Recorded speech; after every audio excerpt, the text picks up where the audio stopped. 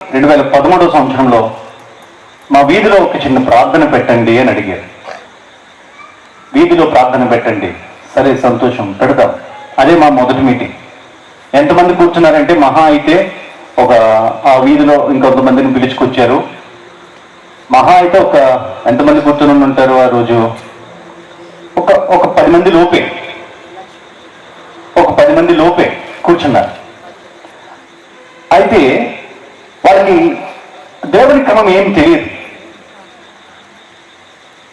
నన్ను అడిగారు, కుర్చీ కావాలా, చాప్ కావాలా, దుప్పటి కావాలా, దిండు కావాలా, ఏంటంటే అడుగుతా ఉన్నారు. నేను అన్నాను, ఇది ఏం అవసరం లేదు కానీ ఒక చాప్ వేసేసి మనకి ముందు వాక్యం కలగాలి, ప్రార్థన చేయాలి, ఇవేమి వద్దులే అంటే చాప్ వేసారు. సరే సంతోషం.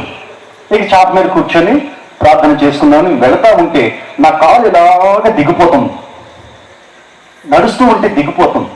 ఎక్కడ వేశారు చెప్పనా? బురద కాలువ మీద. బురద కాలువ మీద వేసారు. వాళ్ళకి తెలియదు.